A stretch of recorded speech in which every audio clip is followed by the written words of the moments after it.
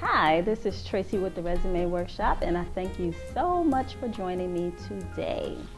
Today we're going to talk about branding. What is branding? And we're going to talk about it as it relates to resume branding, how to brand yourself like a professional.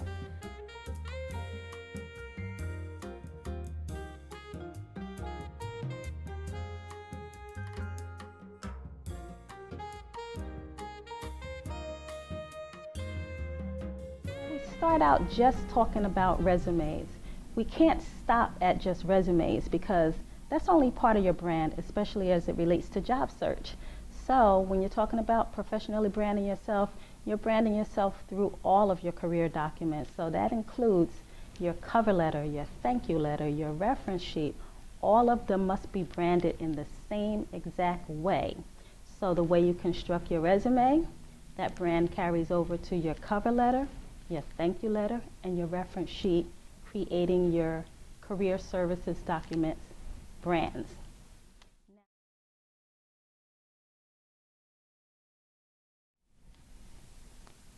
Fonts, the best fonts to use on your resume.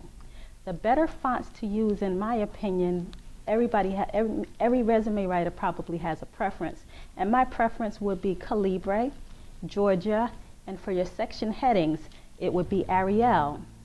Now, I ask you a question. Does your resume have the Times Roman font on it right now? Does it?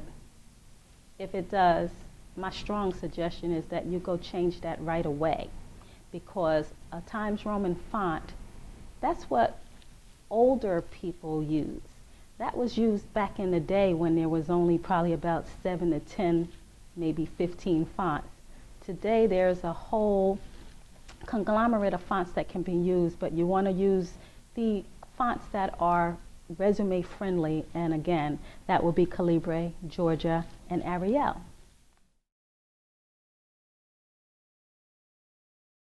So, contact information. Contact information has changed, believe it or not. It's not the same way it used to be back in the day. You would have your name, you would have your home address, you would have your city, state, zip, and you would have 1 to 2 telephone numbers. So let's start with your name. Your name should be the most prominent and largest font on the page.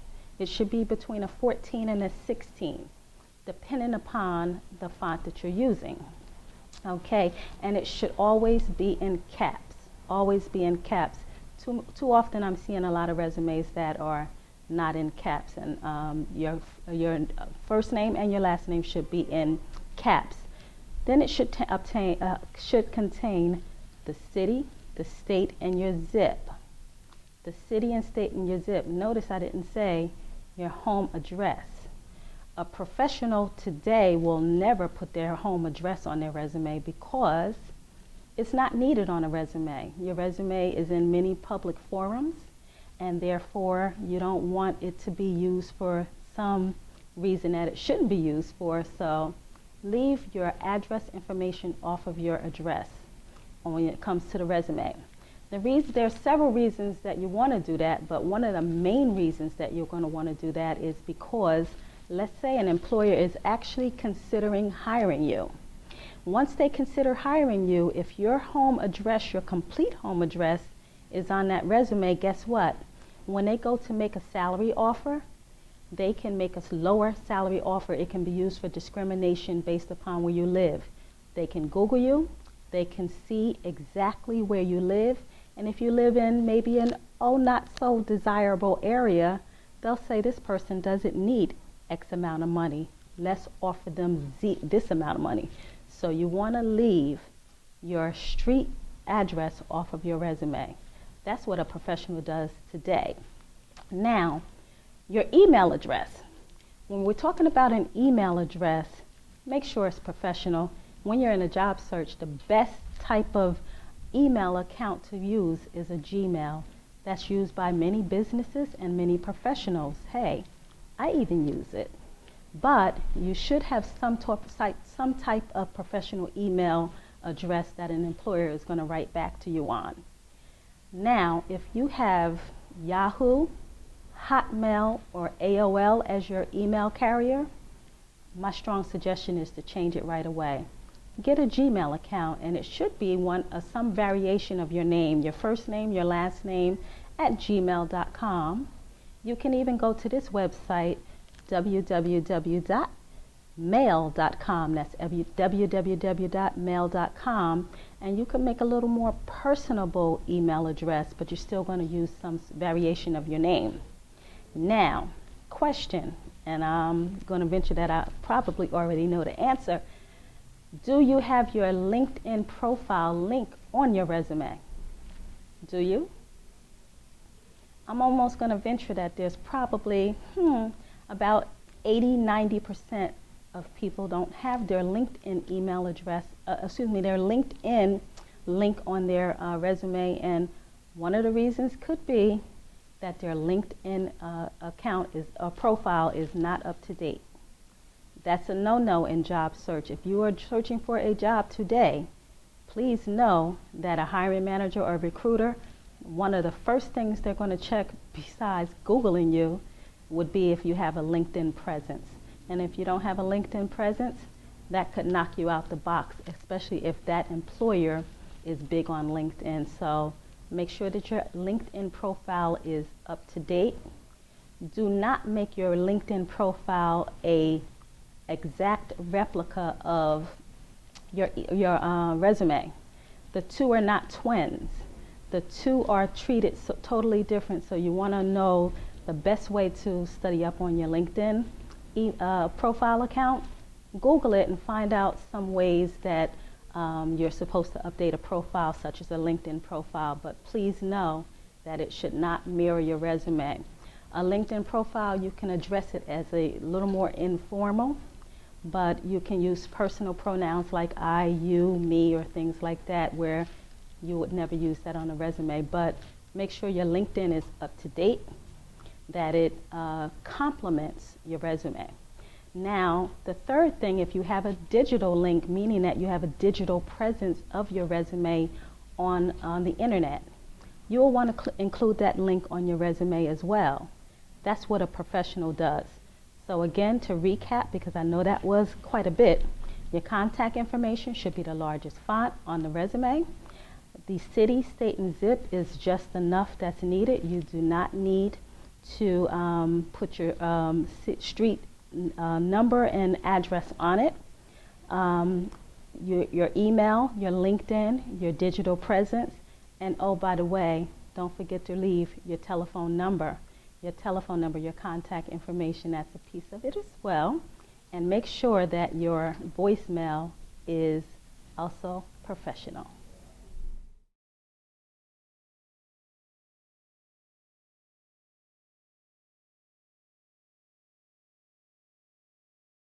About job titles. Well, job titles should be what you should put on your resume today, because that's what a professional does. A professional will want the recruiter or hiring manager to see the exact job that they're applying to. So why not just tell them what job you're applying to? So in capital letters, you could put 1 to 3 job titles that you're applying to. So you're going to look at the actual job posting that you're using for a particular position, and you're going to look at maybe some of the closely related job titles, and then you're going to slap that right into your resume as a professional would do. So therefore, when a hiring manager or recruiter sees the resume, guess what? They know that you are applying to their position because you told them right in the title.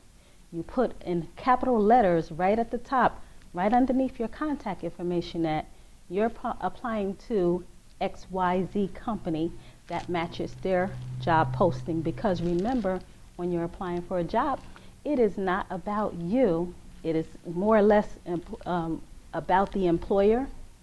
And the most important thing, at least to you, would be that job posting. So speak to the job posting. That's what a professional will do.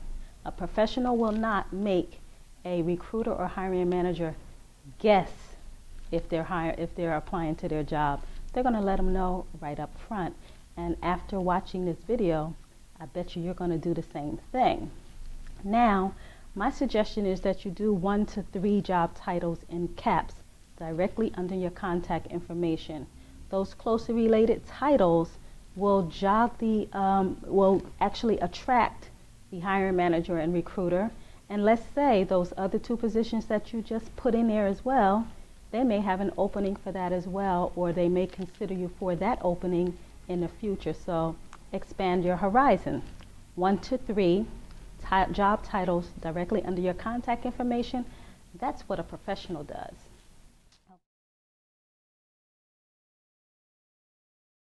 So let's say you want to do a little bit something different about the job titles, and there's only one that you want to actually attract a recruiter or hiring manager. What you're going to do is what a professional would do today, and what a lot of social media types are using, and what a lot of maybe entrepreneurs and small businesses are using. They're using something called a headline generator. Headline generator. So if you go to this website, hopefully you've got your pen and paper out and you're taking notes upon notes upon notes, because I know you've probably not heard some of this before. Some of it you may have heard, but some of it might be new to you. You might want to take some notes. You want to take this website, if nothing else. It is www.title-generator.com. That is the way you're going to find a headline to the title of the position that you're applying to. That's what a professional does. They just don't slap something on their resume and make it stick. They do it like a professional. They use a headline generator.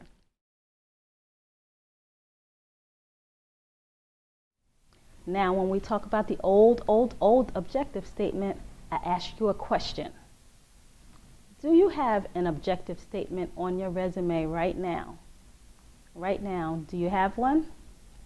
Come on, be honest with yourself. If you have one, guess what? You want to get rid of it. You want to get rid of it. It's old, it's outdated. It's generally a paragraph that is about you and what you want to do for, what you want an employer to do for you if they hire you. Right now, it's not about you, it's about the employer. This is the day of the employer, not the day of you gaining skills from working for that employer. That employer is no longer concerned about that the way it was in the past.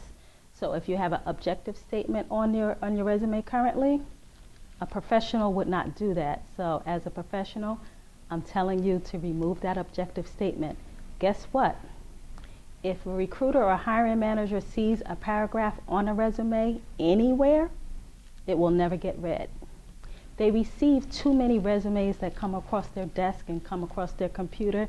They do not have time to read paragraphs on a resume. So that's an easy way to get your resume discarded right away. So professionals do not use objective statements. But what professionals do is they use marketing statements, and those marketing statements is similar to your headline. So come on up into the 2015 and beyond, use a marketing statement.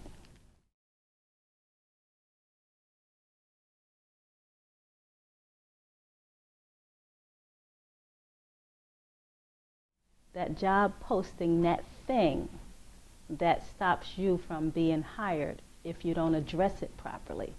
You know you have to address it, so don't play around with it. Do what you got to do with the job posting. So you just take a job posting of a job that you're truly interested in. Do not apply to a position that you are not at least an 80% match for.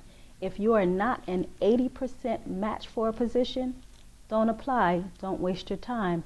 Chances are you will never get a call. And then the other thing is that you'll never know why. But I can tell you it's because you have not addressed the job posting. Now, when you're constructing a resume, you can't have just one resume for every single job that you apply to.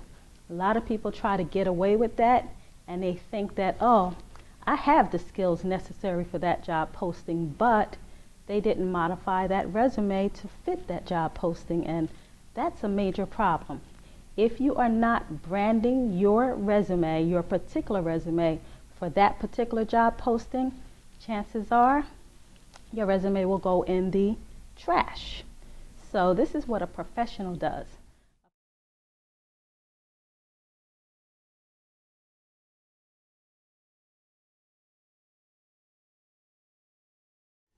Education and certifications. Now, guess what? These can go into several different areas of the resume. They don't just go in one area and it sticks. They can go into several different areas. Which areas would they be? It should be at the top of the page if the education that you have matches the actual job posting that you are applying to. If you have education that does not match at all, education should be moved further down on your resume. So maybe this is a good time to point out the question that comes up most often whenever I'm doing a workshop or whenever I'm talking to anyone about resumes. The question is, 1 page or 2? 1 page or 2? Should there be 1 page? Should there be a 2 page? If it's 2 pages, I heard that it's supposed to be 1 page, and that is like an argument that goes back and forth, back and forth. Well, guess what? There is no set rule on how many pages a resume would be. I can tell you that people that are likely to have 1 page are somebody that's maybe just graduating high school, someone that has only college experience or very little work background, or things of that nature, or someone with no work history.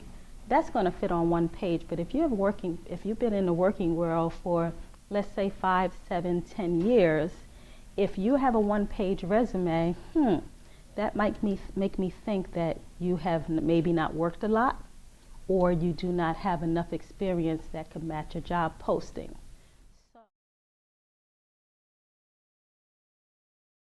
Talk about work experience. There's work experience that we have that's current, and of course work experience that we have that was in our past. Now, the work experience that should come first if you're branding your resume like a professional, that would be the work experience that directly relates to the job position that you are applying to. So remember, we're doing things like a pro. We're branding resumes for particular positions. So a pro, if they have a work position that they've had in the past or that they're doing currently, they will want that information to show first. So for example, normally resumes are in a chronological order, and they date from what is being done, what was done last or what is done right now, and they go backwards in time. That's the way the normal resumes are done.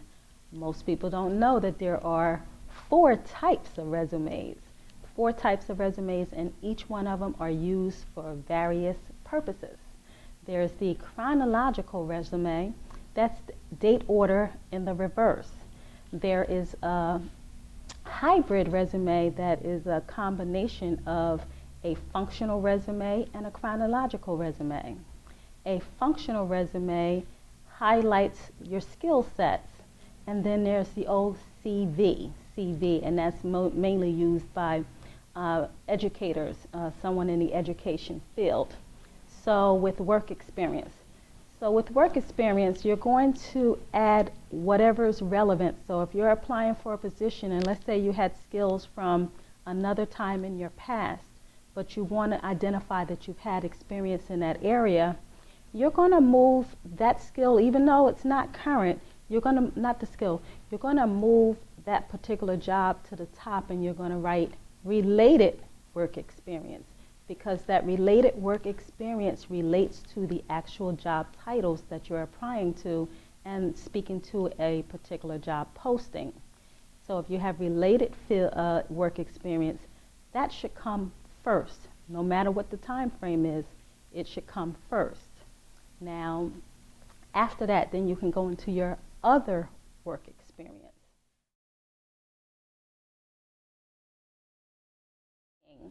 A professional uses accomplishment statements. They do not use bullet points of a job description. So I was getting ready to go into what they can actually utilize, what people can actually utilize when they're talking about writing accomplishment statements on their resume. To write an accomplishment on the resume, you're going to use an acronym called SAR. S is in Sam, A is in Apple, R is in Robert. What is SAR? SAR stands for Situation, Action, Result. Situation, Action, Result. That's what an employer that's looking to hire someone, or a recruiter, they're looking for situations, they're looking for actions, and they're looking for results. They want you to describe a time you was in X situation. And what was your action to conquer X situation? And as a result of your actions, what was the outcome? Situation, action, results. And then you can throw in there some numbers to quantify it. Situation, action, results. No longer should you use bullet points of a job description. You should use accomplishment statements.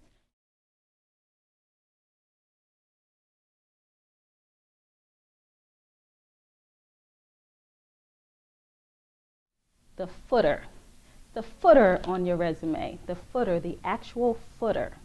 Yes, something should be put in the footer, and the thing that you can put in the footer would be something that speaks to your brand as the person that's applying to a particular position. So what would go on the left part of the footer?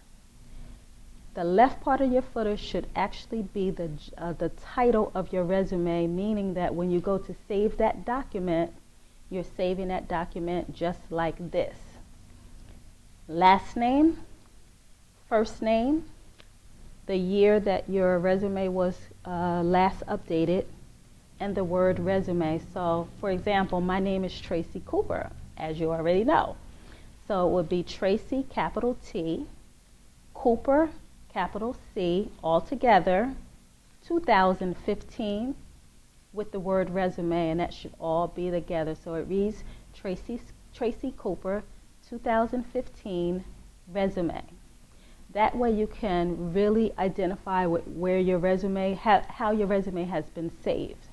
You can also save your other career documents like that, so it makes it easy for it to find in your, probably if your files are as extensive as mine, you have a lot of files and sometimes you can't find them. But because I name my client's resume with their first name, last name, the year it was constructed, in the word resume, I can find it without a drop, with the drop of a dime. Computer experience, your computer expertise. Okay, so when we talk about computer expertise, I've seen too many resumes that says Microsoft Office. Microsoft Office. That doesn't tell a recruiter or a hiring manager what computer skills you have. What if, just think about this, what if they're looking for someone with Microsoft Word experience, but you only included Microsoft Office? The Microsoft Word would never be picked up. Remember, a good majority of resumes that are used to apply to jobs, they go into an applicant tracking system, and that applicant tracking system is looking for keywords that's found in the resume that are a part of the job posting. So this is a good point to actually bring that up.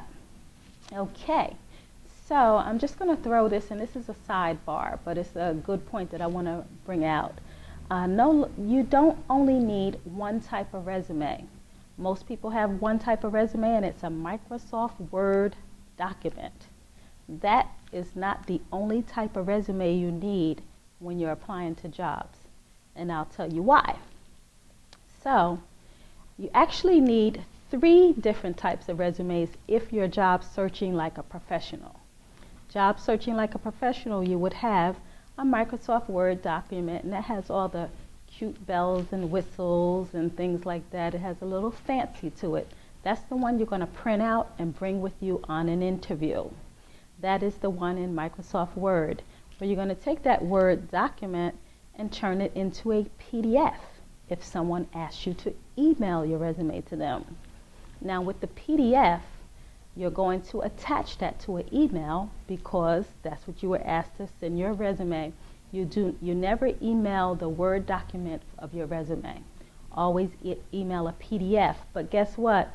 The person that's receiving your email, they may not want to open your file because it might give their computer a virus. So then there's a third type of resume that you need. This third type of resume that there are so many people, I can tell you, they do not know this type at all. I know this for certain because I would say almost all of the clients that I've worked with over the years, I can almost say that most of them, and if not all, did not know this type of resume even existed.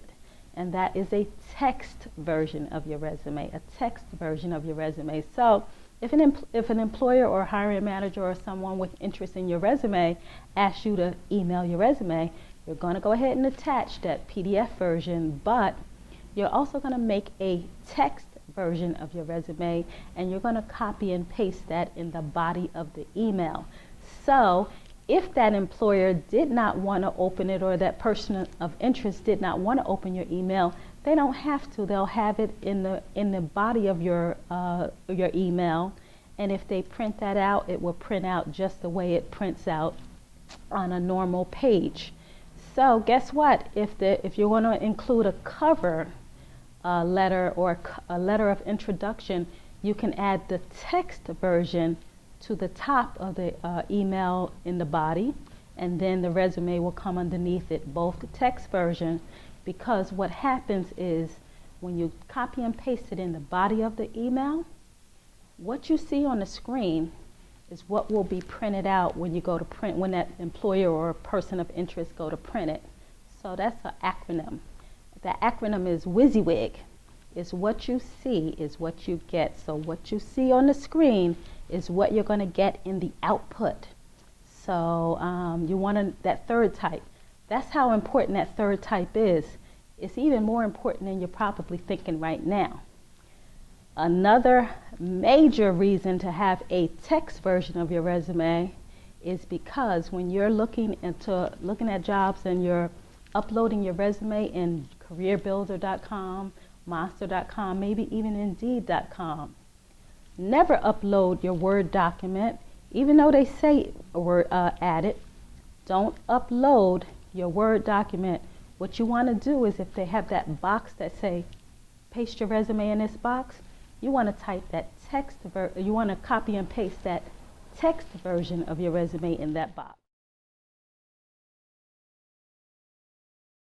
So now with associations and affiliations and awards.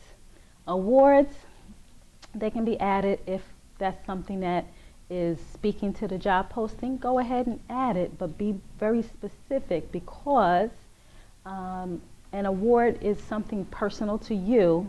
You'll have to make it mean something to a potential employer, so make it worthy of them even taking a glance at it. As far as associations and affiliations, if you are associated and affiliated with any one group, especially when you're looking for a job and it's related to the job posting, you will want to include it, but be careful. Be careful. Including your association and affiliation should mean that you are really associated and affiliated, and you're not just a member.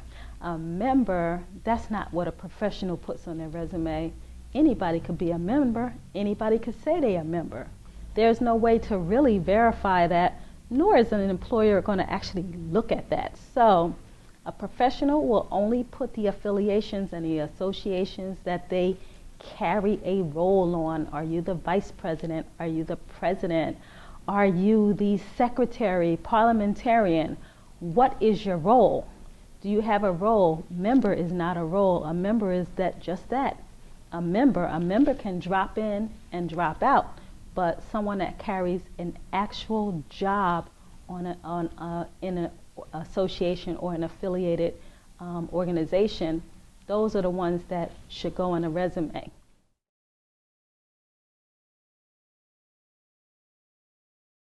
So what I've just explained to you from top to bottom is a professional resume, how to actually brand your resume for every single opportunity. You do not take one, well, no longer after this conversation, will you take one resume and use that one resume to apply to every position. If you don't take the time to section out time to modify your resume for each position, guess what? Chances are you getting a call back are slim to none, and I'm just keeping it real. Okay, so that kind of concludes my presentation. Thank you so much for joining. I'm so happy. I started out, I'm being honest and transparent, I started out really nervous, but as I went along, I got comfortable with it. Don't know why. When the camera comes on, that's what happens, because I do these type of presentations all over, but I do them in more detail, and I also do hands-on resume writing. So the last thing that I want to share with you is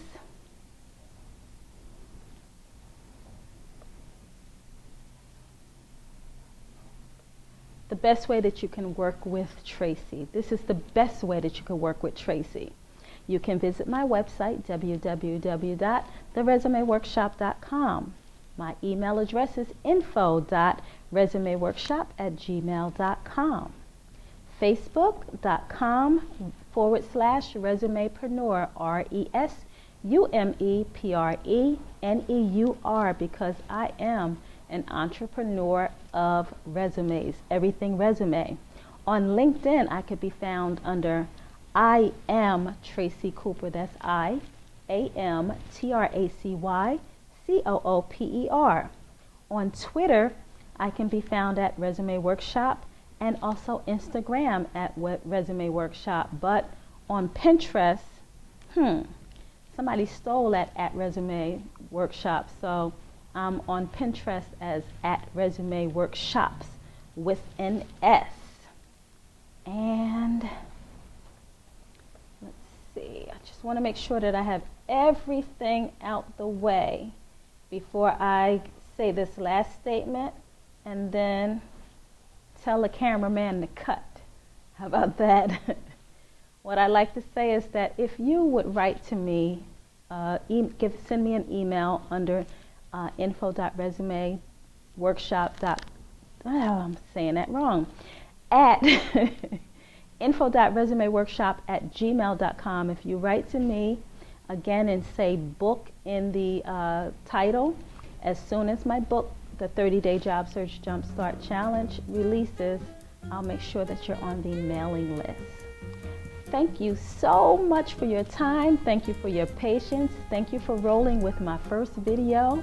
And I'm going to say it for the first time. This is a wrap.